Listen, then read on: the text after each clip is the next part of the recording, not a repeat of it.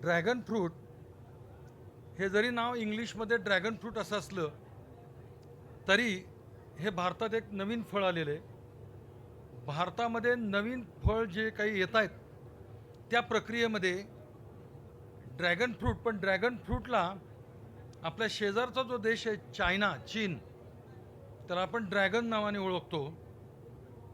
आणि त्याचं नाव या फळाला देऊन त्याचा उच्चार करण्यापेक्षा आपल्या भारताचे माननीय पंतप्रधान नरेंद्रजी मोदी साहेब यांनी या फळाचा उल्लेख कमलम म्हणून केलेला आहे. तेव्हा आपण इथून पुढे याचा कमलम असा उल्लेख करत जाऊयात. आणि या कमलम फळाविषयी आज पश्चिम महाराष्ट्र, मराठवाडा तसेच विदर्भ या ठिकाणी मोठ्या प्रमाणावरती लागवडीला सुरुवात झालेली आहे. आणि हे फळ बाळसं धरू पाहत आहे. त्यानिमित्ताने ॲग्रोवन 2024च्या या कार्यक्रमामध्ये केंद्रीय रस्ते वाहतूक मंत्री माननीय नामदार श्री नितीन गडकरी साहेबांनी हा जो काही उपक्रम आयोजित केलेला आहे त्याबद्दल मी कौतुक करतो, त्यांचं अभिनंदन करतो. आणि मला या कार्यक्रमामध्ये, या कार्यशाळेला माझे विचार मांडण्याची जी संधी दिली त्याबद्दल मी त्यांचे हार्दिक आभार मानतो.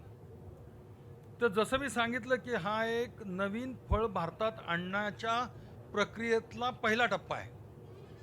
तर आणखीन कोणती नवीन फळं येऊ शकत आहेत? तर एक ॲव्होकाडो नावाचं फळ आहे जे फार ईस्ट एशिया किंवा तसेच युरोपामध्ये अत्यंत लोकप्रिय असलेलं फळ आहे, ज्याला बटरफ्रूट म्हणतात, ज्याच्यामध्ये फॅटचं प्रमाण 15 ते 20% आहे आणि औषधीय दृष्ट्या ते अत्यंत सुंदर फळ आहे.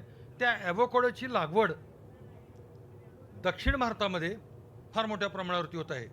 आणि आपल्या महाराष्ट्रात दापोली इथं असलेल्या डॉक्टर बाळासाहेब सावंत कोकण कृषी विद्यापीठामध्ये त्यावरती सखोल संशोधन सुरू झालेलं आहे.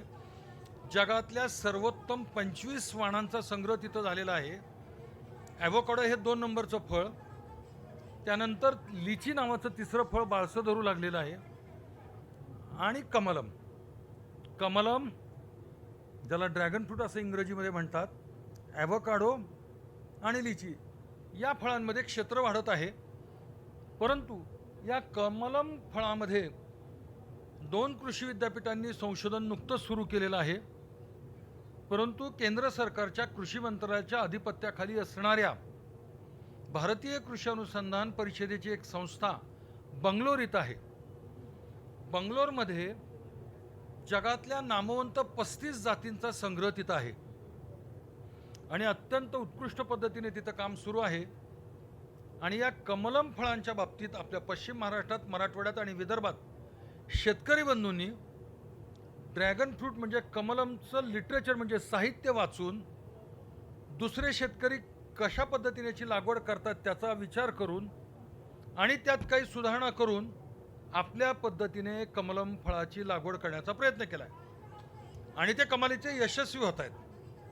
काढणीनंतर बाजारात या फळांच्या विक्रीचा दर 200 रुपये किलो असतो, म्हणजे जिल्ह्याच्या ठिकाणचा.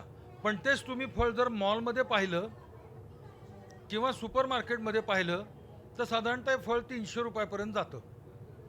त्याचं कारण आहे ते म्हणजे नॉवेल्टी, बाजारात नवीनच फळ आलेले. दुसरं कारण त्याला असणारा अत्यंत आकर्षक रंग. माझं सादरीकरण जरी इंग्रजीमध्ये असलं तरी मी आपल्याला ते मराठीत सुसह्य भाषेत समजावून सांगणार आहे. त्याचा अत्यंत आकर्षक असणारा रंग. तिसरी बाब म्हणजे हे ड्रॅगन फ्रूट नसून, कमलम फळ नसून जीवनसत्व, खनिज द्रव्य आणि इतर असंख्य गोष्टींचं हे एक कॅप्सूल आहे असं म्हटलं तर हरकत नाही. मित्र आपण वर बसलं तरी चालेल. भालचंद्र ठाकूर नाही आले त्यामुळं तू माझ्यासाठी तूच एक नवीन आयकॉन आहे. तेव्हा हे फळ एक फार मोठी कॅप्सूल आहे. मी याला ऑटोम बॉम्ब नाही म्हणणार, पण कॅप्सूल म्हणेल जी औषधाची असते ते.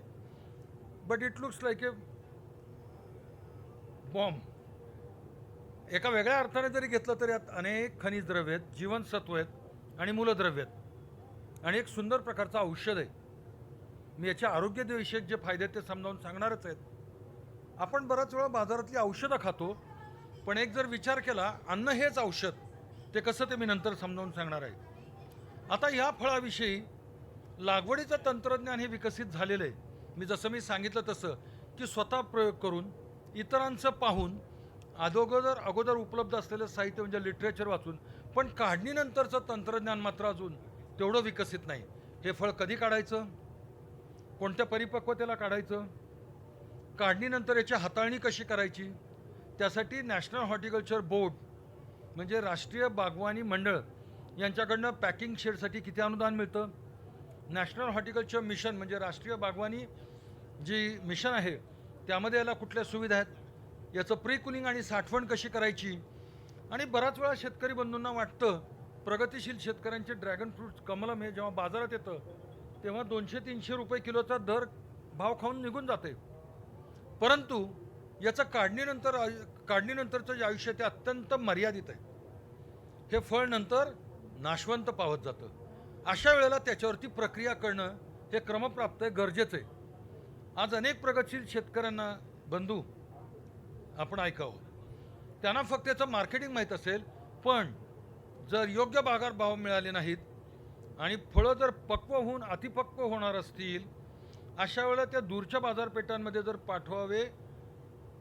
पाठवण्याची अडचण येत असेल तर यावरती प्रक्रिया कशी करायची यासंबंधीची सविस्तर माहिती आज आपल्याला मी इथे देणार आहे. सभागृहातली उपस्थिती अत्यंत कमी आहे, पण हरकत नाही आहे. नवीन येणारा विषय आहे आणि एक दिवस असे येतील रेशीम शेतीने हॉल गच्च भरलेला होता, तसं कमलम फळांच्या शेतीने सुद्धा काढणीनंतरच्या तंत्रज्ञानासाठी हॉल गच्च भरेल यात मला तरी शंका नाही आहे. तेव्हा मी माझ्या सादरीकरणाला सुरुवात करतो आहे. साधारणतः हे जे फळ आहे हे आपल्या देशातलं नव्हतं, हे आता नवीन आलेले आपल्याकडचा हा पाहुणा आहे आणि आपल्या भारतीय शेतीत हा विकसित होतोय. साऊथ मेक्सिको म्हणजे दक्षिण मेक्सिको, ग्वाटेमाला आणि कोस्टारिकामधलं हे फळ आहे आणि भारतात आलं. त्याचा विस्तार असंख्य राष्ट्रांमध्ये झाला आहे, जसं की व्हिएतनाम आहे, शेजारचे चीन राष्ट्र आहे, इंडोनेशिया आणि आशिया खंडातली इतर जी काही छोटी छोटी राष्ट्र आहेत तिथं याचा प्रचार प्रसार होत आहे अनेक दशकांपासून, पण आपल्याकडे नवीन आलेले आहे.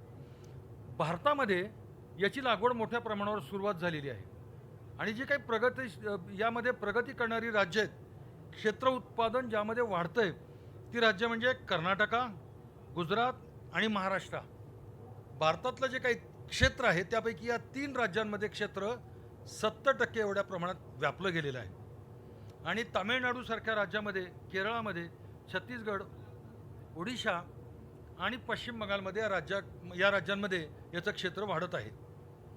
आणि आज महाराष्ट्रातलं जर क्षेत्र पाहिलं तर साधारणतः हे 50,000 हेक्टरपर्यंत गेल्याची आकडी फलोत्पादन संचालनाकडनं मिळते. यामध्ये अर्थातच नवीन शिकणारे शेतकरी, प्रायोगिक तत्वावर लागवड करणारे शेतकरी, साधारणतः या 3 जाती आढळून येतात. मी त्याला जाती म्हणणार नाही, आपण प्रजाती म्हणू, पण आपल्या शेतकऱ्यांच्या भाषेमध्ये तर ह्या 3 स्पीसीज आहेत. मी त्या इंग्लिशमध्ये सांगत बसण्याच्या बाबतीत भानगडीत पडणार नाही, पण असह्यत्न सुसह्य सांगण्याच्या प्रयत्नामध्ये जे पहिल्या प्रकारचं फळ आपल्याला दिसतंय त्यामध्ये वरून साल गुलाबी आणि आतला गर सुद्धा पांढरा असेल असा. 2 नंबरचं जे आहे त्याला पॉलिरायझस म्हणतात, प्रजाती त्याची, वरून गुलाबी आतून गुलाबी. आणि 3 नंबरचे जे ते वरून पिवळं आणि आतून मात्र पांढरं. आणि 3 नंबरचं फळ आहे ते कमालीचं गोड आहे. साधारणतः पहिल्या प्रजातीमध्ये आणि दुसऱ्या प्रजातीमध्ये साखरेचं प्रमाण हे 15 ते 16% असतं. म्हणजे साधारणतः डाळिंबात जेवढी साखर असते तेवढी, त्याच्यामुळे त्याची गोडी तेवढीच लागते. परंतु जे पिवळ्या रंगाचं जे फळ आहे 3 नंबरचं, त्यामध्ये साखरेचं प्रमाण हे 24%. आणि या 3 फळांच्या घरामध्ये जेव्हा फळांचा काप केला त्याच्यामध्ये जर आपण पाहिलं तर डाग दिसत आहेत. ते डाग म्हणजे त्यामध्ये असणारं बी आहे, ते छोट्या आकाराचं आहे, ते रुडिमेंटरी आहे, ते फंक्शनलेस आहे. साधारणतः बाजरीच्या आकारा एवढं ते बी दिसतं. आणि या बियांपासून या कमलम फळाचं तेलसुद्धा काढलं जातं. त्या प्रमाणावर त्या अनुषंगाने सुद्धा आपल्याकडे उद्योग क्षेत्राला फार मोठा वाव आहे. जसं डाळिंबाच्या बियाण्यामध्ये सुद्धा जेव्हा आपण लुसलुशीत भाग खातो, आत एक छोटंसं बी असतं, त्यात 11% तेल असतं आणि अमेरिकेसारख्या राष्ट्रामध्ये त्याचा औषधी उपयोग खूप मोठ्या प्रमाणावर केला जातो. त्याच पद्धतीने आपल्याकडच्या डाळिंबातल्या बियाण्याला जशी मोठ्या प्रमाणावर तेल काढण्यासाठी मागणी आहे, येणाऱ्या दिवसामध्ये कमलम फळासाठी सुद्धा मोठ्या प्रमाणावरती मागणी प्राप्त होणार आहे. तर अशा प्रकारच्या 3 प्रजाती आहेत.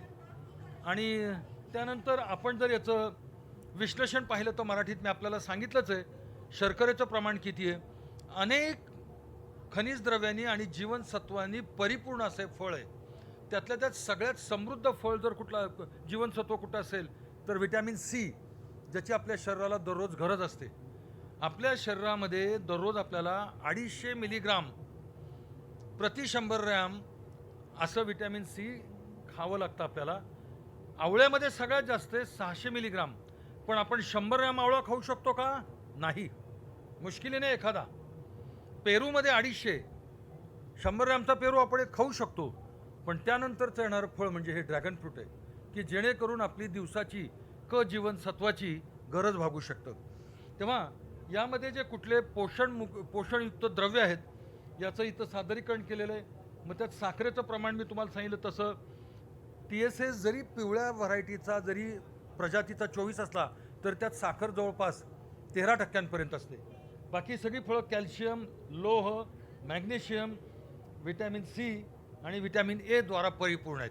म्हणजे औषधं घेण्यापेक्षा फळ जर खाल्लं तर अन्न हेच औषध या प्रकारामध्ये हे परिपूर्ण फळ बसतं, ज्याला आपण ड्रायलँड हॉर्टिकल्चर शुष्क प्रजातीतलं फळ असं म्हणू शकतो. आता इथं जर पाहिलं तर ह्या कमलम फळाचे अनेक भाग दिलेले आहेत. तर याचे जे हेल्थ बेनिफिट्स आहेत, आरोग्यदायी विषयक फायदे आहेत, ते इथं आपल्याला सांगितलेले. ज्यामध्ये फायबर आहे जे आपल्या शरीराला अत्यंत आवश्यक आहे, व्हिटॅमिन सी आहे जे आपल्याला डायजेशनसाठी उपयोगी पडणार आहे. आणि तिकडं जर आपण पाहिलं म्हणजे आपल्या उजव्या साईडला तर आपल्याला याच्यापासून कॅन्सरसाठी मर्यादा घालता येतात. त्यानंतर कॉन्स्टिपेशन जी बद्धकोष्ठता असते त्याच्यावरती उपयुक्त आहे. त्याच्यानंतर हृदयासाठी अत्यंत गुणकारी फळ आहे. आणि त्यानंतर हाडाच्या बळकटीसाठी सुद्धा अर्थातच एवढी त्यात खनिज द्रव्यात म्हणल्यानंतर उपयुक्त असं आहे. आणि सरतेशेवटी आपली प्रतिकारशक्ती वाढवण्यामध्ये हे फळ अत्यंत गुणकारी असल्याचं सिद्ध झालेलं आहे. आता जसं मी मगाशी सांगितलं की फळ काढायचं आहे आपल्याला, म्हणजे प्रगतिशील शेतकरी माझ्या शेजारीच एक युवक येऊन बसला. बाळ तुझं नाव काय? चेतन. आणि याचा आदरणीय गडकरी साहेबांनी उत्कृष्ट कमलम फलोत्पादक म्हणून सत्कार केलेला आहे. पण मी असं म्हणेल त्याबद्दल आपण सर्वांनी टाळ्या वाजून त्याचं अभिनंदन करूयात. बराच वेळा आपण उत्पादन तंत्रामध्ये क्रांती करतो, पण काढणीनंतरच्या तंत्रज्ञानासाठी आपण कुठंतरी चुकतो. आपल्याला हे माहिती पाहिजे दोष आपला नाही आहे, कारण फळ नवीन आलेले की फळ कधी काढायचं, कधी हे पक्वतेला येतं. मॅच्युरिटी, ज्याला मराठीमध्ये परिपक्वता म्हणतात.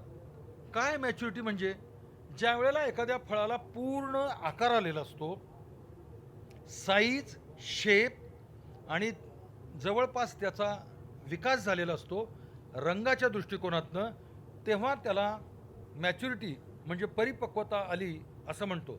मी या ठिकाणी हे फळ क्लायमॅट्रिक आहे की नॉन क्लायमॅट्रिक आहे हे सांगून तुमचा गोंधळ वाढवण्याचा प्रयत्न करणार नाही, पण हे नॉन क्लायमॅट्रिक प्रकारामध्ये फळ बसतं. याचा अर्थ असा, हे फळ जेव्हा झाडावरती असतं त्यावेळेला याच्यामध्ये रंगांची सुधारणा, स्टार्चपासून साखरेमध्ये रूपांतरण, जीवनसत्वांची निर्मिती, खनिज द्रव्यांची निर्मिती पूर्ण झालेली असते. आंबा जसा झाडावून काढल्यानंतर त्यामध्ये बदल होतात, केळी जसं झाडावून काढल्यानंतर बदल होतात, त्यांचं वेगळं यांचं वेगळं. म्हणून झाडावरून काढण्यापूर्वी आपल्याला याची परिपक्वता ओळखता आली पाहिजे. समजा तर तुम्ही अर्धकच्चं फळ तोडलं तर यामध्ये शर्करा, जीवनसत्व आणि खनिज द्रव्यांचा समावेश असणार नाही.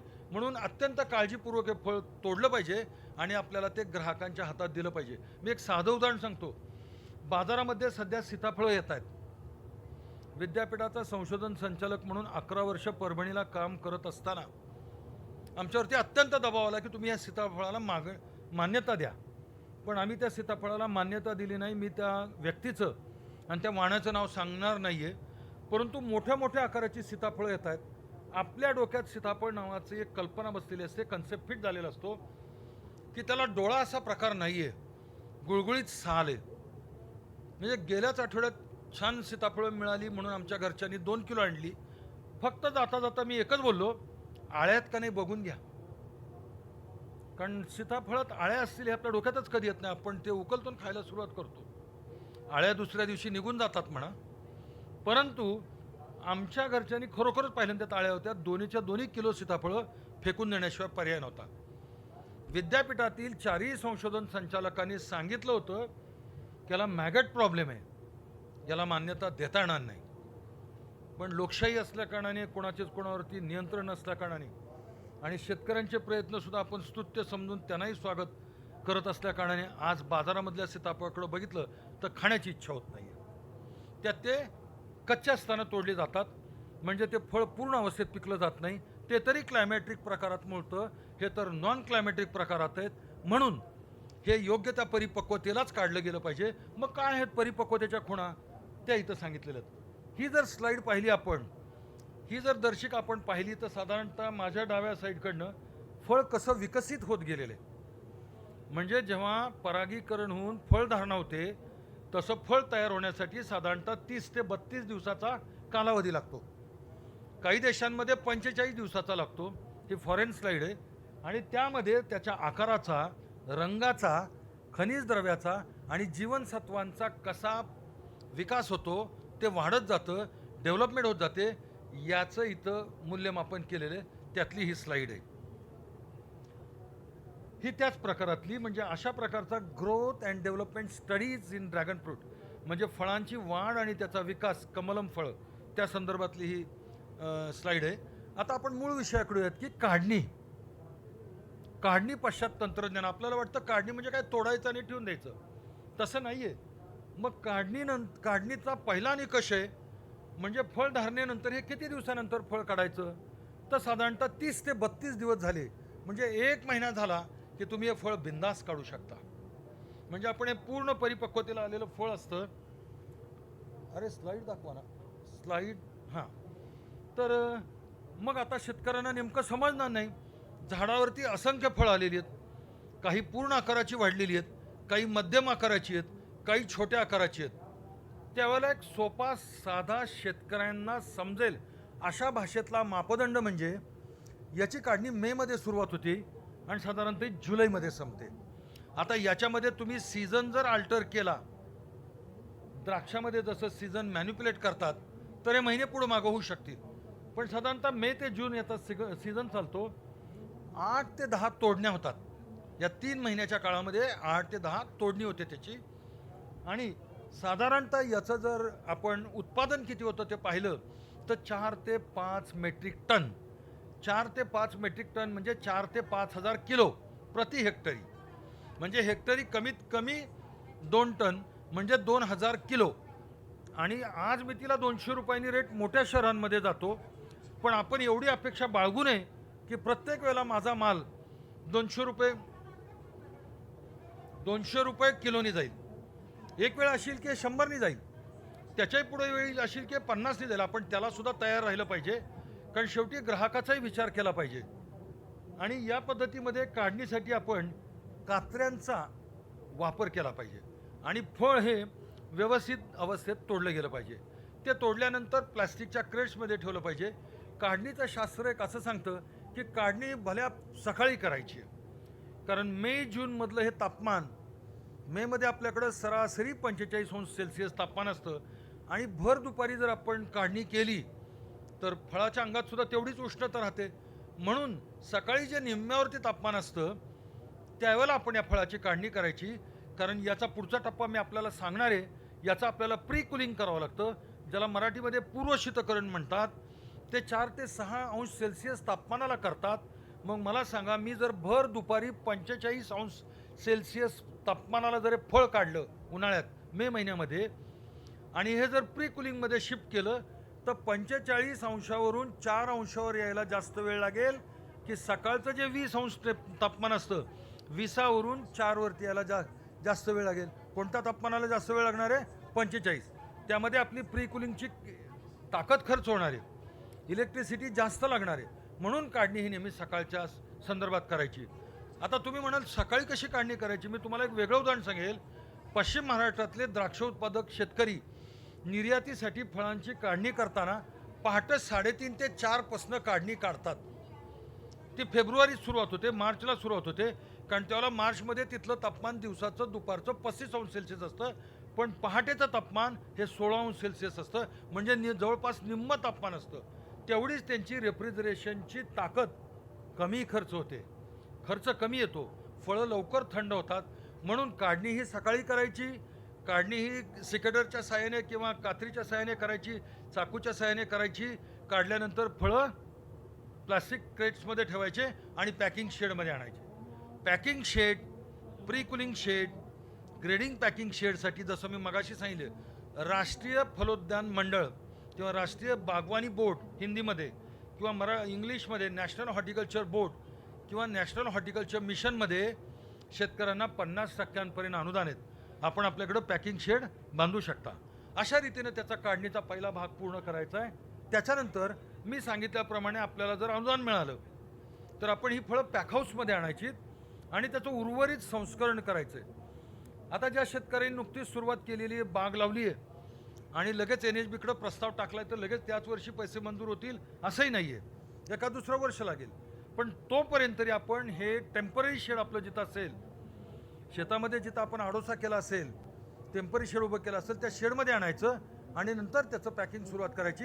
जर तुम्हाला स्थानिक बाजारपेठेत ही फळं पाठवायची असतील तर.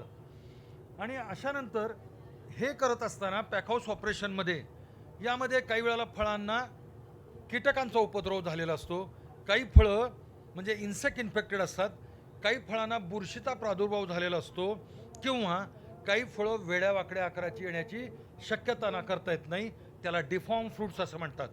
तेव्हा कीटकाने ग्रासित, इन्सेक्ट इन्फेस्टेड, फंगल इन्फेक्टेड, बुरशीने प्रादुर्भावित वेड्या वाकड्या आकाराची डिफॉर्म फळं ही बाजूला काढायची आणि चांगली फळं वेगळी करायची. आणि आता चांगल्या फळांमध्ये त्याचा आकारमान आणि वजनानुसार त्याची प्रतवारी करायची आणि या सगळ्या प्रक्रियेला पॅकहाऊस ऑपरेशन म्हणतात, ते इथं सांगितलेलं आहे.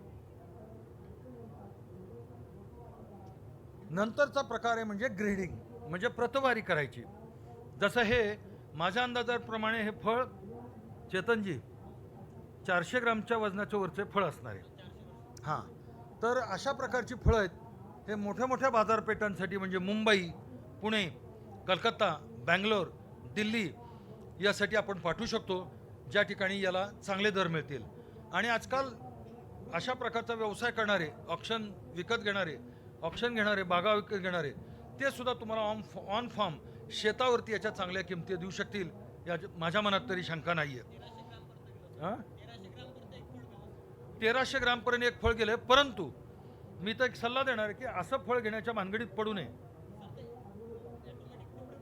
ठीक आहे, पण त्या ठिकाणी आपण थिनिंग करणं गरजेचं होतं, त्याला मराठीमध्ये विरळणी म्हणतात. एकदा एका डाळिंब शेतकऱ्यांनी 1700 ग्रॅम वजनाचं फळ घेतलं होतं आणि देशाचे उपपंतप्रधान त्यांना ते फळ दाखवलं. कौतुक झालं. म्हणजे गडकरी साहेबांना 1300 ग्रॅम वजनाचं फळ दाखवलं होतं, त्यांना आनंद होईल, पाठीवर थाप टोकतील, शाल टाकून सत्कार करतील. परंतु कोणता ग्राहक हे फळ विकत घेणार आहे? म्हणून फॅमिली साईज अशा प्रकारचं फळ घेतलं पाहिजे. समजा जर अशा प्रकारची असंख्य फळं असतील तर त्याची आपण विरळणी करायला शिकलं पाहिजे. म्हणजे आपल्याला 400 ते 50 ग्रॅम वजनाची साधारणतः 25 ते 30% फळं मिळाली पाहिजेत. 200 ते 400 ग्रॅम वजनाची 50 ते 60% फळं मिळाली पाहिजेत आणि छोट्या आकाराची फळं.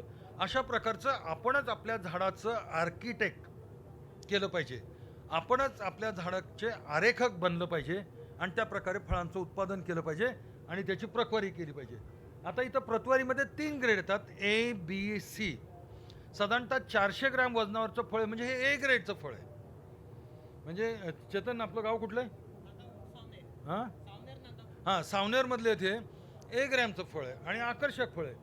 म्हणजे आपण याच्याशी सहमत व्हाल तर साधारणतः 400 ग्रॅमच्या आकाराच्या वरचं जर फळ असलं तर A ग्रेडचं आहे आणि B ग्रेडच्या फळामध्ये 200 ते 400चा समावेश होतो, मगाशी मी सांगितल्याप्रमाणे. आणि 200 ग्रॅमची फळं त्याच्या खालच्या वजनाची फळं म्हणजे सी ग्रॅमची प्रतवारीमधली अशी त्याची प्रतवारी करायची, ज्याला ग्रेडिंगमध्ये म्हणतात. आणि आंतरराष्ट्रीय बाजारपेठेत जर आपण पाहिलं तर साधारणतः 320 ते 750 ग्राम, म्हणजे व्हिएतनाममध्ये तर हा ट्रेंड आहे, व्हिएतनाम आणि युरोप मार्केटचा, त्या प्रकारचे होतात आणि अशा प्रकारची याची प्रतवारी करतात. त्याच वेळेला तुम्ही पाहू शकता पाश्चात्य राष्ट्रांमध्ये स्वयंचलित पद्धतीने त्याचं ग्रेडिंग पॅकिंग कसं केलं जातं याची ही चित्रफीत आहे. त्यानंतर हे ग्रेडिंग मी आता सांगितलं तुम्हाला की 500 ते 750 ग्राम वजनाचं फळ सुद्धा इंटरनॅशनल मार्केटला ॲक्सेप्ट होतं. पण आपल्याकडं 500 ग्राम वजनाचे, कारण तिथलं क्लायमेट सुटेबल आहे, आपण आपल्या देशात हे फळ इंट्रोड्यूस केलेलं आहे, याला पाहुणा म्हणून आणलेलं आहे. कदाचित यामध्ये आपले उत्तमोत्तम पॅकेज ऑफ प्रॅक्टिसेस ज्याला म्हणता येईल, लागवड योग्य पद्धत करून आपणही याचा आकारमान वाढू शकतो. पण आपल्या ग्राहकाचा, त्याच्या पर्चेसिंग पॉवरचा म्हणजे खिशाचाही विचार केला पाहिजे आणि असंच फळ बाजारात आणलं पाहिजे जे त्याला परवडेल किमतीने. कुटुंबाच्या साईजसाठी 1300 ग्राम वजनाचं जर फळ त्यांनी घरी घेतलं तर तो म्हणेल एवढं फळ एकदा जर कट केलं, एक तर ते पूर्ण संपवावं लागेल किंवा रेफ्रिजरेटरमध्ये ठेवावं लागेल. हे करून आपण आपल्या फळांची प्रक्रिया पूर्ण केली पाहिजे प्रतवारीची.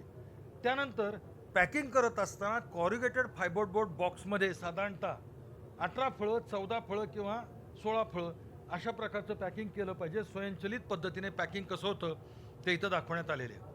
त्यानंतर जसं मी मगाशी म्हणलो प्री कुलिंग, जर तुम्हाला हे परदेशासाठी पाठवायचं असेल तर तुम्हाला याचं शीतगृहात ठेवावं लागतं, त्याला कोल्ड स्टोरेज असं म्हणतात. पण आपण डायरेक्ट शेतातनं काढलेली फळं शीतगृहात पाठवू नाही शकत, म्हणून त्याचा आधी कोल्ड स्टोरेजमध्ये पाठवण्याच्या आधी त्याचं प्री कुलिंग करावं लागतं. प्री कुलिंग म्हणजे मराठीत त्याला पूर्व शीतकरण म्हणतात. हे 4 ते 6 अंश सेल्सिअस तापमानाला करतात. साधारणतः ठराविक कालावधीसाठी ते फळ ते शीतगृहामध्ये ठेवायचं. त्याच्या निरनिराळ्या पद्धती त्या इथं दिलेल्या आहेत. होतं काय की शेतातनं मे महिन्यातनं जर सकाळ सकाळ तुम्ही हे फळ काढलं आणि प्री कुलिंगून आणून टाकलं, हे फळ थंड होतं आणि थंड झाल्यानंतर मग त्याची प्रतवारी करून पॅकिंग करून तुम्ही ती फळं विथ पॅक तरी कोल्ड स्टोरेजमध्ये ठेवू शकता किंवा विदाऊट पॅक प्लास्टिकच्या क्रेटमध्ये ठेवू शकता. दोन्ही पद्धतीने अशा रीतीने याचं पूर्वशीतकरण आपल्याला करायचं आहे. त्यानंतर पॅकेजिंग अँड ट्रान्सपोर्टेशन हा विषय मी आपल्याला सांगितलेला आहे की कॉरिगेटेड फायबरबोर्ड बॉक्समध्ये त्याचं पॅकिंग करायचं आहे आणि वाहतुकीला पाठवायचं आहे. साधारणतः इंटरनॅशनल मार्केट्समधले हे पॅकेजिंग बॉक्सेस आहेत की ते आकर्षक पद्धतीने केलं जातं. मला सांगा, मगाशी केळीचं भाषण ज्यांनी ऐकलं असेल त्यांनी सांगितलं असेल की आज लोक कॉस्मेटिक गोष्टीकडे आकर्षित होतात. म्हणजे आपण केळी नेहमीच घेतो, झाडावर असताना ती हिरवी असतात, विक्रीला येतात त्यावेळेला ती पिवळी असतात, परंतु जास्त डिमांड आहे रेड बनानाला, जी कंप्लीट तांबड्या आकाराची फळं असतात, ती दक्षिणेत जास्त प्रिफर केली जातात. तसंच लोक रंगाकडे आकर्षित होतात. ही कॉस्मेटिक व्हॅल्यू आहे. जसं डाळिंबाच्या भगवा वाणाला कॉस्मेटिक व्हॅल्यू आहे, याचं सौंदर्य मूल्य खूप आहे. आणि हे बघितलं की लोकांना वाटतं का रे आपल्या डायनिंग टेबलवरती हे फळ असलं पाहिजे, आणि हे फळ खूप छान प्रकारे ग्राहकांना आकर्षित करून घेतं. आणि म्हणून त्याचं वेस्टर्न, ज्याला इंग्रजीमध्ये पॅकेजिंग म्हणतात, ते सुद्धा तेवढंच आकर्षक असलं पाहिजे, जेणेकरून आपल्याला त्याचा विक्री व्यवसाय मार्केटिंग करण्यामध्ये फायदा होऊ शकतो, परिणामी आपले दर चांगले मिळतात. त्यानंतर स्टोरेज महत्त्वाचा भाग म्हणजे साठवण. लागवड वाढेल, परंतु मी जसं सांगितलं की महाराष्ट्रातल्या कृषी विद्यापीठांनी संशोधन नुकतं सुरू केले, पण केंद्र सरकारच्या आधिपत्याखाली असलेल्या भारतीय कृषी अनुसंधान परिषदेच्या खालची बेंगलोरला एक संस्था आहे, Indian Institute of Horticulture Research. Chetanji आणि आपल्याला सुद्धा मी असा सल्ला देईल की आपण तिथे जा. तिथं डॉक्टर करुणाकरण नावाचे सायंटिस्ट आहेत, त्यांच्याकडं 35हून अधिक जातींचा संग्रह आहे. केंद्र सरकारने त्यांना 10 कोटीचा संशोधनासाठीचा प्रकल्प मंजूर केलेला आहे आणि लवकरच तिथं ग्रेडिंग पॅकिंग उपलब्ध होतं आहे. तिथून खूप मोठं प्लांटिंग मटेरियल सुद्धा लोकांना वितरित केलं जातं आणि मार्केटिंग बेंगलोरमध्ये कसं केलं जाते तेही पाहण्याची एक उत्कृष्ट संधी आहे. आणि जसं मी सांगितलं की पिवळं तर कमलम फळ आपण महाराष्ट्रात पाहिलंय का? नाही, पण बेंगलोरमध्ये त्यांच्याकडं पिवळ्या रंगाची फळं सुद्धा उपलब्ध आहेत आणि पिवळ्या रंगाचं फळ अति गोड आहे. 24% TSS आहे त्याचा, साखर 13 ते 14%. म्हणजे आपण या महाराष्ट्रातल्या समृद्धीमध्ये जर भर घालायची असेल तांबड्या फळांमध्ये, गुलाबी फळामध्ये, तर पिवळं फळ आणण्याचा आपण प्रयत्न करा. IHR बेंगलोरून मी फोन नंबर देतो भाषण झाल्यानंतर. तर तिथं असा प्रयोग केला गेला की याचं साठवण क्षमता कशी वाढवता येईल याच्यावर मी जास्त लक्ष देणार नाही आहे. कारण नुकतंच फळ येतं आहे आणि बाजारात त्याला एवढी मोठी डिमांड असते की आपण ताज्या फळांचा विक्री व्यवसाय करूनच पैसे कमवून मोकळं व्हावं हे अत्यंत चांगलं राहणार आहे. तर साधारणतः या फळाचं जे तुम्ही काढणीनंतरचं आयुष्य पाहिलं तर खोलीच्या तापमानाला म्हणजे रूम टेम्परेचरला असं जर ठेवलं मे महिन्यामध्ये 2-3 दिवस व्यवस्थित राहील. पण ते पूर्व शीतकरण करून शीतगृहात ठेवलं तर फार फार तर 1 आठवडा. आणखीन काही रसायनांचा जर 6 अंश सेल्सिअस तापमानाला शीतगृहात ठेवावं लागतं तर साधारणतः 1 आठवड्यापर्यंत जाईल. आणि त्यानंतर मात्र प्री कुलिंग आणि कोल्ड स्टोरेज ही एक चेन आहे. एक लक्षात घ्या, फार पुढचं सांगतोय मी पण हे तुम्हाला टिप्स उपयोगी पडणार आहे. त्यासाठी मी नेहमी भाषणामध्ये आईस्क्रीमचं उदाहरण देतो. वाडीलाल, दिनशा आणि नामांकित कंपन्यांची अमूलची आईस्क्रीम गुजरातमध्ये तयार होते. जेव्हा आईस्क्रीम तयार होते त्यावेळेलाच ती फ्रोझन स्वरूपात असते आणि सावनेरच्या खेड्यामध्ये जेव्हा ती आईस्क्रीम मिळते त्यावेळेला ती फ्रोझनच मिळते. म्हणजे गुजरात टू सावनेर, अहमदाबाद बडोदा टू सावनेर ही जी काही शीतसाखळी चेन आहे ती चेन मेंटेन केली जाते. तशीच प्री कुलिंग आणि कोल्ड स्टोरेज, तसंच पुढची वाहतूक आणि त्याची विक्री ही सुद्धा एक चेन आहे. ही चेन कुठंही विस्कळीत होता कामा नये, ही चेन कुठंही डिस्टर्ब होता कामा नये, हे इथं सांगण्याचा उद्देश आहे. आणि स्टोरेजमध्ये, साठवणीमध्ये सॅलिसिलिक आम्लाचा जर वापर केला तर किती आयुष्य मिळू शकतं. साधारणतः 21 ते 23 दिवस, 3 आठवडे आपल्याला हे फळ साठवता येतं. पण त्यासाठी आपल्याला द्रविडी प्राणायाम करावा लागणार आहे. म्हणजे याचं वॉशिंग, ड्रेनिंग, ड्राईंग, सॅलिसिलिक ॲसिडचा वापर करून डिपिंग, पुन्हा ड्रेनिंग, प्रिकुलिंग, कोल्ड स्टोरेज 3 आठवडे मिळतील. पण 3 आठवडे साठवणीनंतर सुद्धा तुम्हाला दर चांगलेच मिळाले पाहिजेत. यासाठी तुम्ही बाजारपेठेचा शोध सुरू केला पाहिजे. त्यानंतर याचे काही डिसऑर्डर्स आहेत. याला काय काय होऊ शकतं बाबा, समजा तुम्ही चुकीची हाताळणी केली तर कशा प्रकारचे फळ संकटात येऊ शकतं ते इथं दाखवले. साधारणतः तुम्ही योग्य त्या अवस्थेत फळ जर नाही काढलं 1 महिना 30-32 दिवसापर्यंत, 35च्या पुढं गेलात की फळ मऊ पडायला लागतं.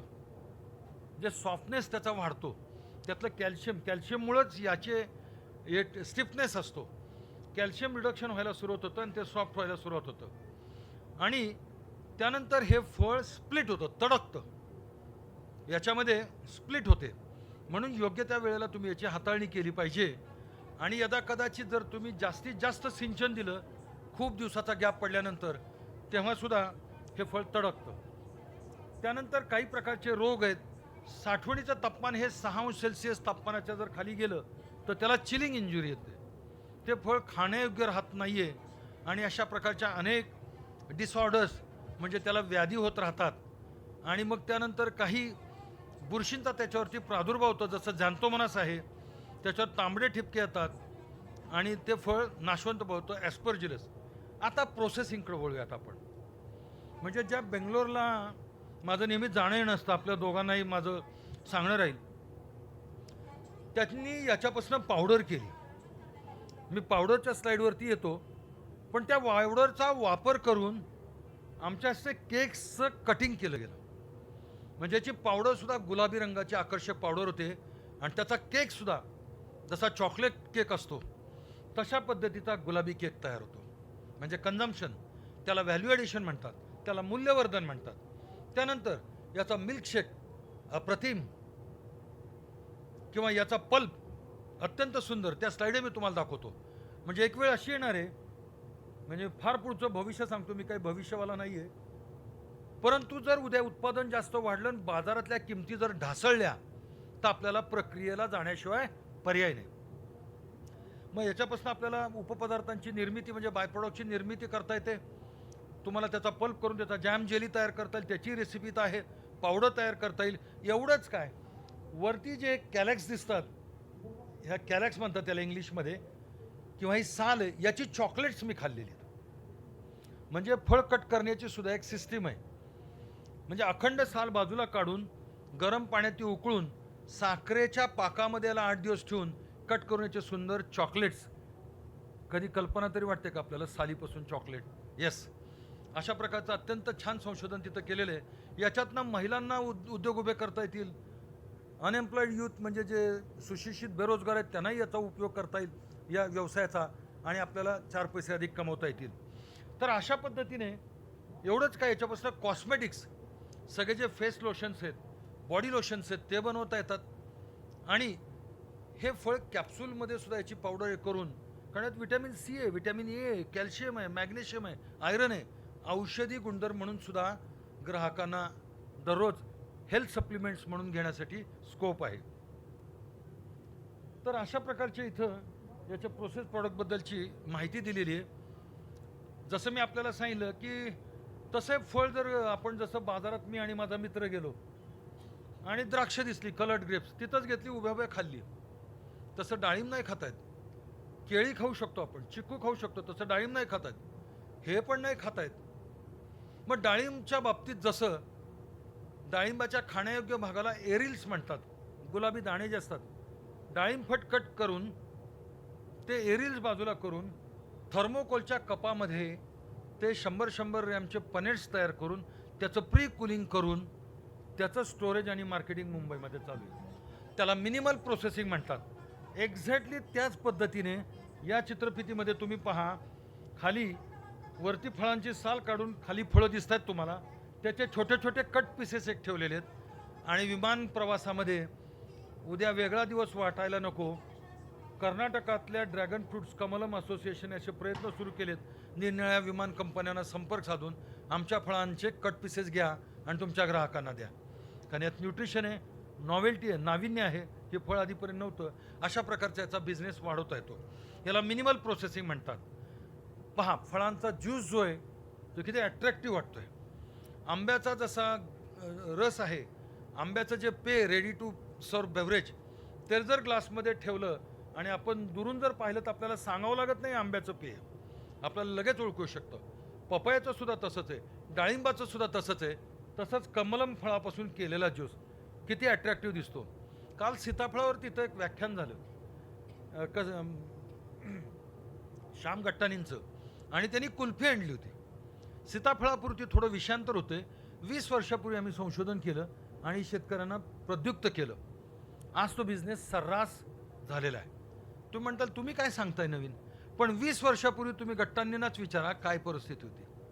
आम्ही त्यांना टेक्नॉलॉजी दिली विद्यापीठांनी. -40 डिग्री सेंटीग्रेडला सीताफळाचा गर साठवला जातो.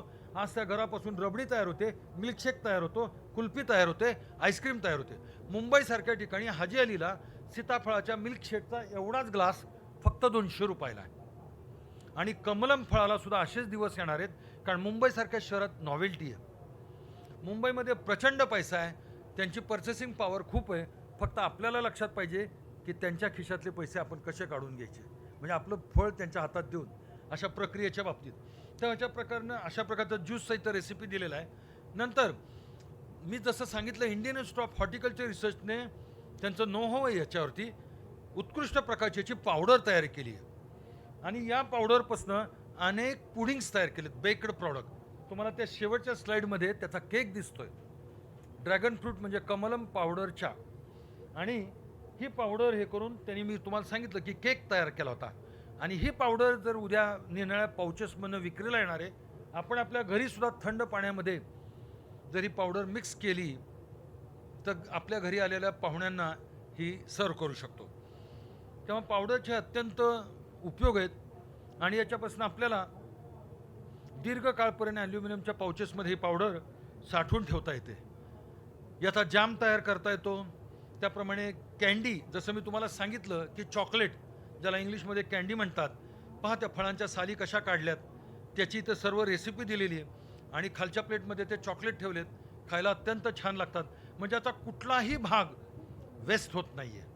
उद्या प्रक्रियेचा कारखाना काढला तर घरापासून तुम्ही पावडर तयार करा, जॅम जेली तयार करा, सालीपासून चॉकलेट तयार करा. त्यानंतर मी जसं तुम्हाला की सांगितलं की कॉस्मेटिक प्रॉडक्ट्स, सौंदर्य प्रसाधनांचे अनेक आर्टिकल्स यापासून तयार केली जातात.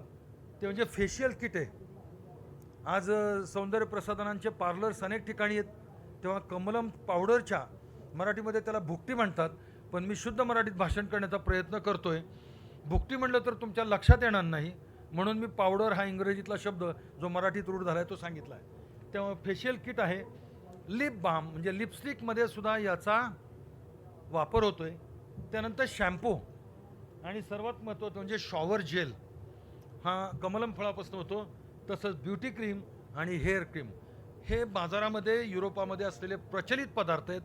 ते उद्या भारतात याच्या निर्मितीला प्राधान्य मिळणार आहे. त्यानंतर ड्रॅगन फ्रूट ऑइल, भाषणाच्या सुरुवातीला मी सांगितलं होतं, डाळिंबाच्या खाण्यायोग्य पदार्थाच्या त्या एरिल्समध्ये एक बारीक दाणा असतो, त्याला सीड म्हणतात, बाजरीच्या आकाराचा दाणा असतो. तसंच यामध्ये याला जी टेस्ट असते क्रंची, ते सुद्धा बीच आहे, दाणा येतो, त्याच्यापासून ऑइल एक्स्ट्रॅक्ट होतं. याला औषधीदृष्ट्या खूप महत्त्व आहे आणि ह्या ऑइलची इंडस्ट्री उद्या होऊ शकते. लिक्विड एक्स्ट्रॅक्ट आणि याच्या कॅप्सूल सुरुवातीला म्हणलं मी, कारण हे हेल्थ सप्लिमेंट आहे.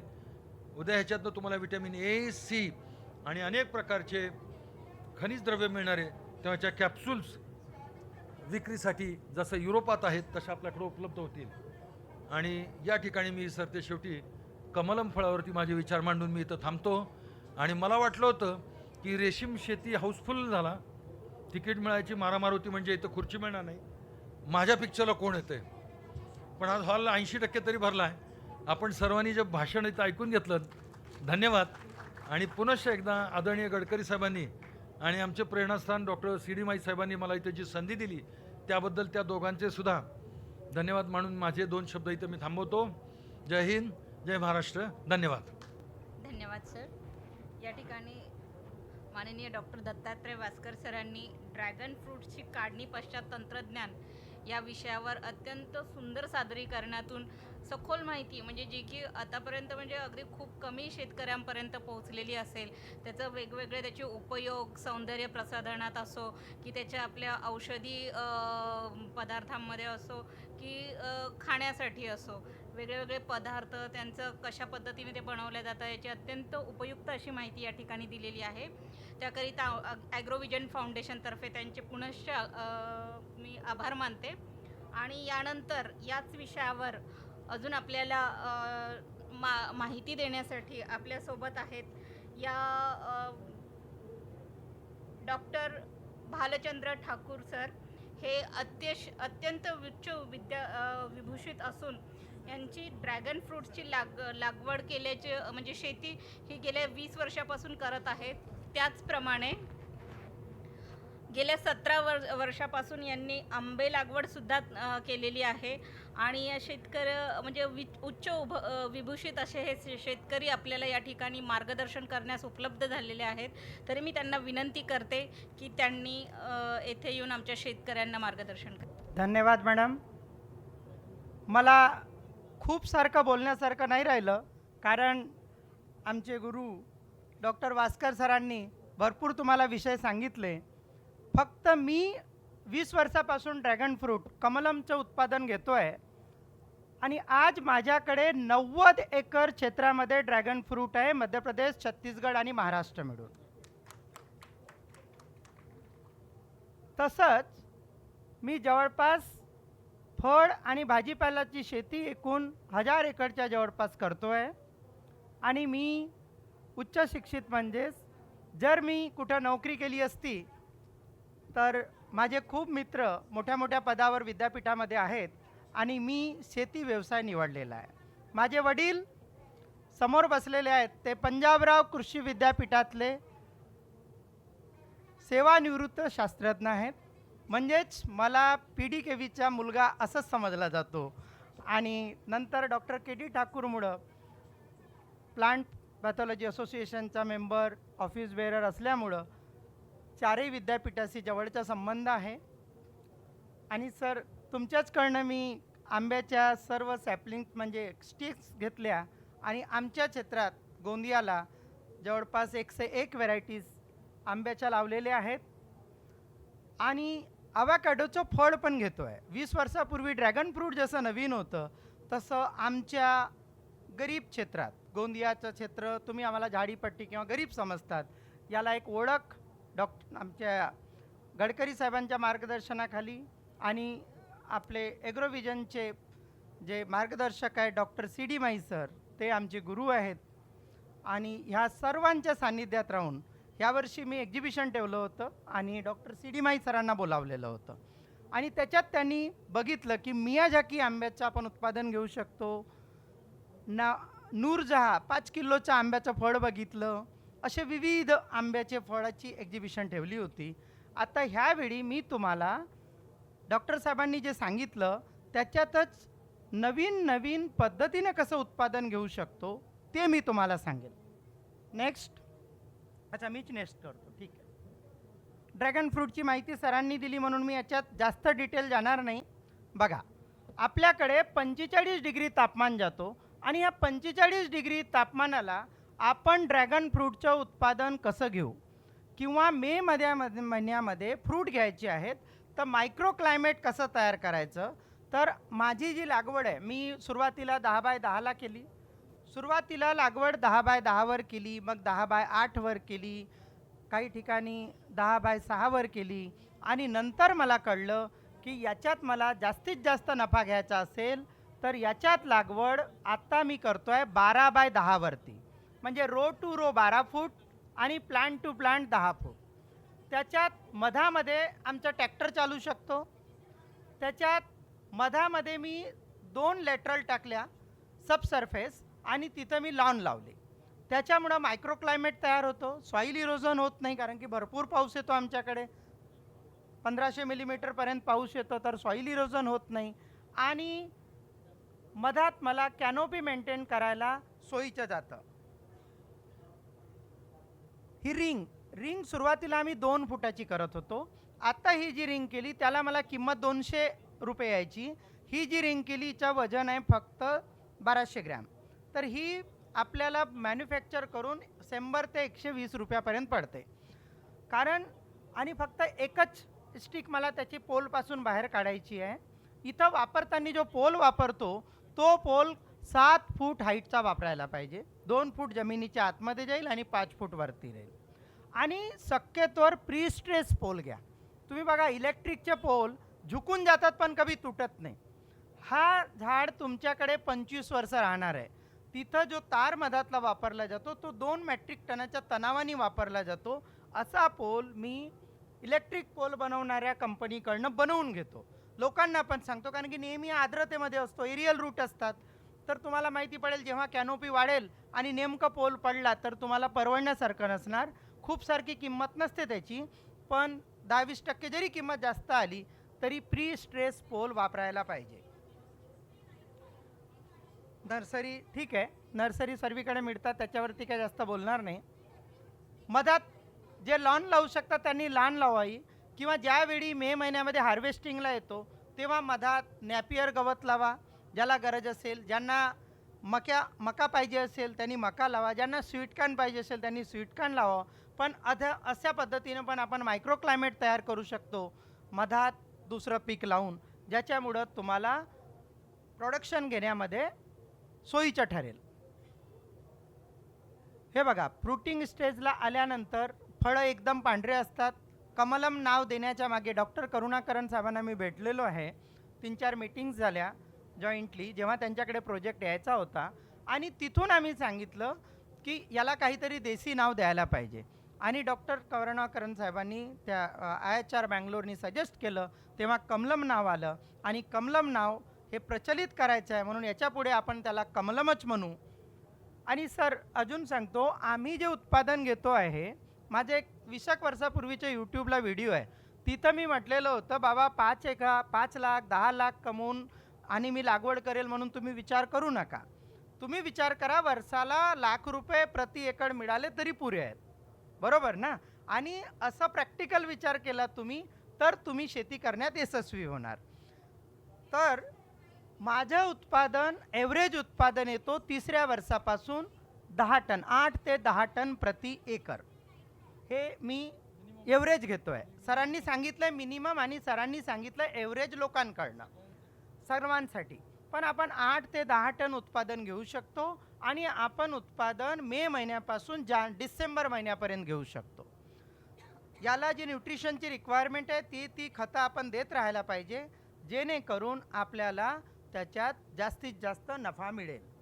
तसंच 30 ते 40 डिग्री तापमानामध्ये जेव्हा आपण उत्पादन घेतो आपल्याकडे, आणि त्यावेळी दर किती असायला पाहिजे, कारण की खूप जास्त ओव्हरहेड नको आपल्यावरती.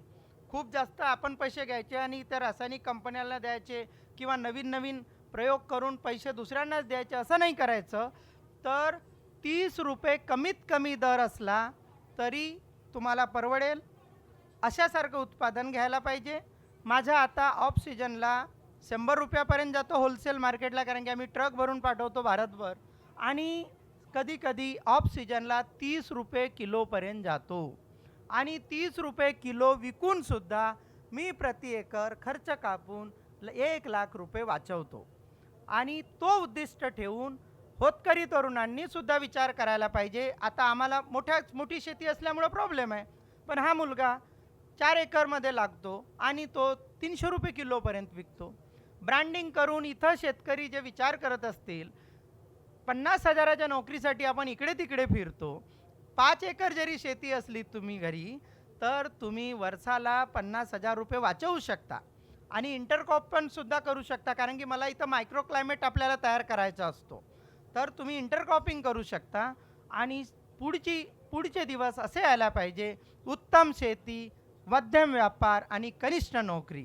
आता कसं आहे, उत्तम नोकरी, मध्यम व्यापार आणि कनिष्ठ शेती. माझ्या वडिलांनी सांगितलं, आम्ही दोन्ही भाऊ पोस्ट ग्रॅज्युएट आहे, डॉक्टरेट आहे. त्यांनी सांगितलं, मी माझं आयुष्य पंजाबराव कृषी विद्यापीठासाठी दिलं, तुम्ही काहीतरी नवीन करा, जेणेकरून मला बरं वाटेल. आणि आम्ही त्या मार्गदर्शन घेऊन आता आम्ही शेती करतो. तुम्ही केव्हाही आमच्याकडे येऊ शकता, बघू शकता.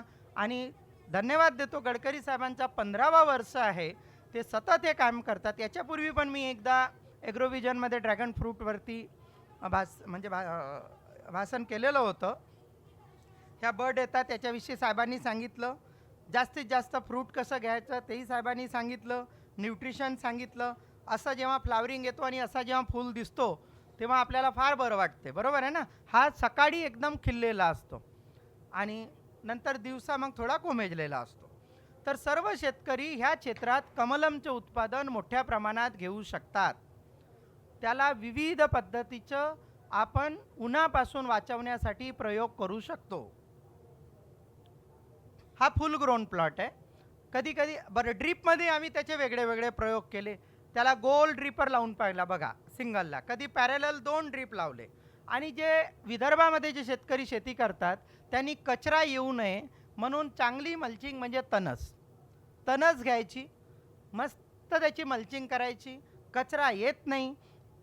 नैसर्गिक याच्यात तुम्हाला सिलिकॉन जास्त मिळतो, म्हणजे तुमच्या फळावरती चमक चांगली असते, त्याच्यामध्ये रोगप्रतिकारक शक्ती जास्त असते. म्हणून आम्ही मल्चिंग 90 एकरपैकी 70 एकरला तरी कमीत कमी आम्ही लक्ष ठेवतो की याच्यात मल्चिंग तणसीची करतो साहेब. त्याच्यामुळं आमच्याकडे वीड कचऱ्याचा हा प्रॉब्लेम नसतो. आता हे खर्चाचं बजेट सांगितलं, एका एकराला लागवड करायला किती खर्च येईल. तर तुम्ही एका एकराला लागवड करताना 12x8ला लावले तर 370 पोल येणार. 370 पोल प्री स्ट्रेस पोल घेतले तरी तुम्ही ते 230 रुपयापर्यंत पोल येतील, 100 रुपयापर्यंत रिंग येईल. असं करून पोलवरती खर्च 1,25,000 येईल. आता रोपं तुम्ही वेगळ्या वेगळ्या याच्यात घेऊ शकता, पण रोपं घेताना डॉक्टर साहेब माझं असं मत आहे, भास्कर सर एक्सक्यूज मी, माझं असं मत आहे, रोपं लागवड करताना नवीन शेतकऱ्यांनी सरळ रोप असा घ्यायचा 2.5 फूट 3 फूट उंचीचा, म्हणजे तुम्हाला लगेच दुसऱ्या वर्षी फळ येतो. किंवा तुम्ही जर लागवड केली आपल्याकडे रोपं घेऊन, तर दुसऱ्या वेळी तुम्हाला जर वाढवायचं आहे ना, तर साईडची ब्रांच कट करायची आणि ती सरळ 5 फूट उंच असलेली ब्रांच लावून टाकायची. तर याच्यात आपल्याला दुसऱ्या वर्षीपासून एकरी 8 टन उत्पादन मिळतो. हा मी नवीनच आता 2-3 वर्षापूर्वी अनुभव घेतला. म्हणजे कॅनोपीपर्यंत वाढायला जो तुम्हाला 1 वर्ष जातो तो तुमचा जात नाही, तो तुम्ही वाचवून घेता. सुरुवातीला रोपं घ्यायची, रोपं महाग आहेत ना, तर नर्सरीमधून घ्यायची कुठल्या खात्रीशीर, आणि त्या नर्सरीतून घ्यायची ज्याच्याकडे लागवड आहे. जसं चेतन भाऊकडे लागवड आहे, नागपूरचा पोरगा आहे, तर बाबा याच्याचकडून घ्यायची, म्हणजे तो नेहमी तुम्हाला मार्गदर्शन पण करेल. पण आता रोपं सरळ 2-2.5 फूट 3 फूट उंच घ्यायची, जेणेकरून तुम्हाला लगेच दुसऱ्या वर्षी एका झाडापासून 4-5-6 फळं घेता येतील. हे तुम्हाला माझं आत्ताचा घेतलेला एक अनुभव सांगतो. आणि खतं वगैरेसाठी वर्षाला 20,000 रुपये प्रति एकर खर्च पुरे आहे. पण ते सेंद्रिय केलं तुम्ही तर बरं आहे. तुमच्याकडे गांडूळ खत करा किंवा शेणखत घेऊन करा आणि बायोलॉजिकल खताच्या 1-2 ड्रीपनी मात्रा द्यायच्या. PSB, KMB किंवा कन्सोर्शिया. हे डॉक्टर साहेब आलेले होते. हे आपले IAS ऑफिसर आहेत. आता सध्या मधात नागपूरला कलेक्टर होते डॉक्टर म्हणजे ठाकरे साहेब. हे आमच्या शेतात आले आणि त्यांनी बघितलं. ही स्लाईड दाखवण्याचं मागचं कारण असं आहे सर, एक आम्ही पद्धत लागवड केली. पोल ठेवले 12-12 फुटाला आणि मधातून 6 MM तार टाकले GIचे आणि सरळ 1-1 फुटाला लागवड केली.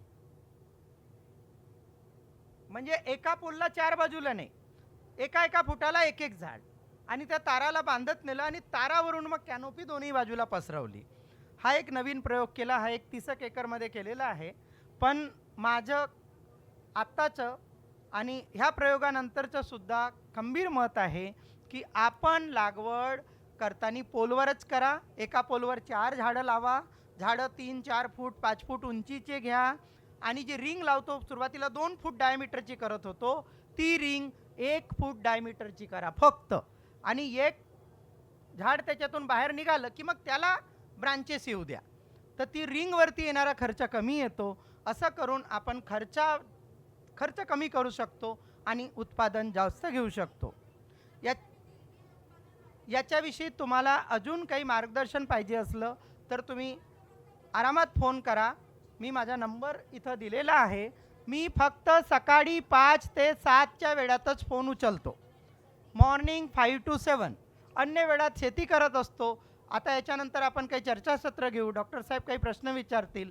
त्या प्रश्नाचं आम्ही तिन्ही मिळून उत्तर द्यायचा प्रयत्न करू. फोन नंबर लिहून घ्या 8888 4 वेळा 8 4 3 वेळा 3 333 99. पण सकाळी 5 ते सकाळी 7.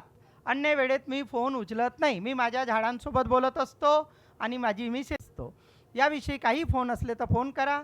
गडकरी साहेबांनी जे आम्हाला ॲग्रोव्हिजनच्या माध्यमातून तुमच्यासोबत बोलण्याची जी संधी दिली त्यासाठी ॲग्रोव्हिजनचे फार फार धन्यवाद देतो आणि मी माझं स्थान घेतो. धन्यवाद. डॉक्टर भालचंद्र ठाकूर साहेबांनी आपले खूप छान स्वतःचे शेतीतले विचार इथं सांगितलेले आहेत. पण मी यात आणखीन एक भर घालेल की हे कमलम नावाचं फळ आहे ना, ते लॉंग डे प्लांट आहे.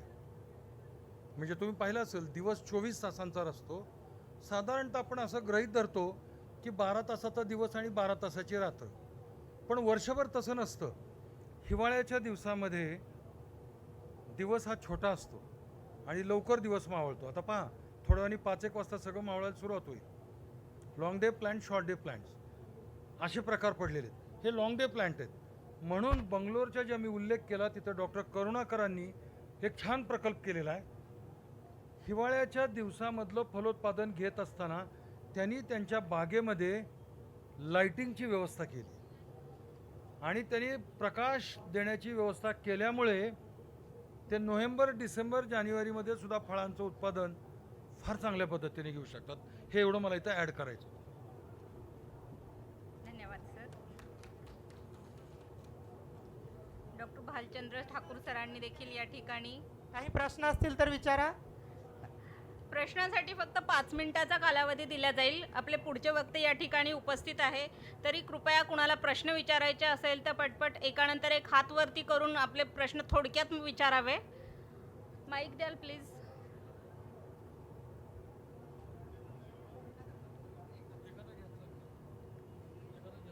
हा 5 मिनिट. हॅलो सर, नमस्कार. आपण प्री कुलिंगबाबत सांगितलं, पण किती वेळापर्यंत प्री कुलिंग करायचं ते नाही सांगितलं. 4 ते 6 डिग्रीवर आपण सांगितलं की त्यांना ठेवायचं. किती वेळ ठेवायचं आणि किती वेळानंतर बाहेर काढायचं?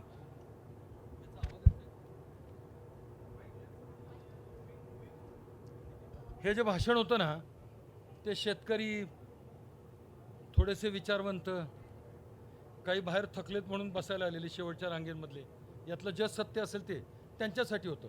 मी अतिशास्त्रोक्त बोलत बसलो नाही. पण आपण छान प्रश्न विचारलात, आपलं मी कौतुक करतो. त्यासाठी एक पद्धत आहे. साधारणतः 4 ते 6 अंश सेल्सिअस डिग्री तापमानाला 8 ते 10 तासांकरता पूर्व शीतकरण करावं लागतं, म्हणजे प्री कुलिंग. परंतु तुम्ही किती अंश तापमानाला फळ काढताय, म्हणून मी म्हणलं की तुम्ही उन्हाळ्यामध्ये मेमध्ये फळ जर 45ला काढलं तर तो 8 ते 10 तासाचा कालावधी सुद्धा पुरेसा पडणार नाही.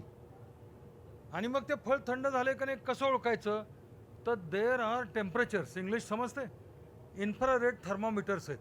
आपण प्री कुलिंग युनिटमध्ये जायचं.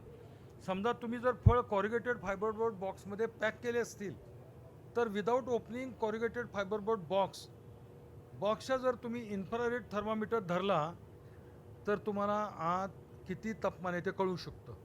आणि वेन यू अचीव एखादं फळ जरी त्यातलं काढून त्या फळासमोर इन्फ्रारेड थर्मामीटर धरला तर centre of the fruit, core of the फ्रूटचं जर तापमान 4 ते 6 पर्यंत पोचलं असेल तर प्री कुलिंग बंद करायचं. मग हे समजा तुम्ही पहाटेला फळं काढली तर 6 तासातही होईल, 10-11 वाजता काढली तर 10-12 तासही लागतील, भर उन्हात दुपारी 45 अंश सेल्सिअसला तापमान काढले तर कदाचित वेळ जास्त लागेल. पण the best method whether fruit is pre cooled or otherwise infrared थर्मामीटरचा वापर करणे. आणि core of the fruit has attain temperature of 4 to 6 degree centigrade, pre cooling is achieved. Okay sir, dragon जो फ्रूट्स है वो कौन से किसान खेती करता है यहाँ नागपुर में, आजू बाजू में ग्रामीण विभाग? मेरे यहाँ 2 बैठे हैं, एक तो दिग्गज है 20 साल से कर रहे हैं. खेती आके देख सकते हैं. हाँ, एक मिनट त्यांचा प्रश्न सांगू द्या. मराठी आती है? चेतन आप खड़े रहो. इनकी 3 एकड़ है, सावनेर के हैं और ये इन्होंने खुद फल लाया है. आप इनका नंबर लीजिएगा, इनके पास पौधे मिल जाएंगे. मैं इनकी वकालत नहीं कर रहा हूँ, लेकिन आप जाके दे सकते हैं. आणि त्याचं मातीचं नियोजन कसं राहते? एक मिनिट चेतन, आके बोलो यहाँ.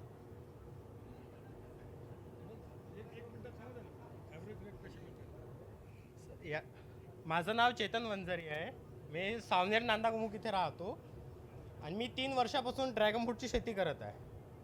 आणि याला माती सर मुरमाड जमिनीपासून तर काळ्या मातीपर्यंत करता येतं. फक्त काळ्या मातीमध्ये सर थोडं प्रिपरेशन व्यवस्थित करावं लागतं आणि त्याची काळजी जास्त घ्यावी लागते फंगससाठी. मार्केटिंग नियोजन कसं राहील? मार्केटिंग नियोजन सर आपल्या विदर्भामध्ये उठाव याचा कमी आहे ड्रॅगन फ्रूटचा. आणि ह्या क्वालिटीचे फळ नागपूरमध्ये विक्री करू शकत नाही आपण. याच्यासाठी मुंबई, पुणे किंवा जे मेट्रो सिटी आहे तिथे आपण चांगल्या दरामध्ये विकू शकतो. याचा औषधीचा काय उपयोग आहे? एक मिनिट, फळांचे दर सांगून द्या. याचे सर मी 80 रुपयापासून तर 210 रुपयापर्यंत मी डायरेक्ट मार्केटला विकला. आणि नागपूरला जे एकदम हाय प्रोफाईल लोक आहे त्यांना मी सर 300-350 प्रमाणे केजीनं माल विकलेला आहे. आणि मला एकरी उत्पन्न यावर्षी 8.5 ते 9 लाख रुपये झालं आहे अगदी 6 महिन्यात. खर्च किती झाला? खर्च सर मला फक्त त्यासाठी 70-80 हजार रुपये फक्त खर्च आला. अजून कुणाचे प्रश्न आहेत? प्रश्न संपले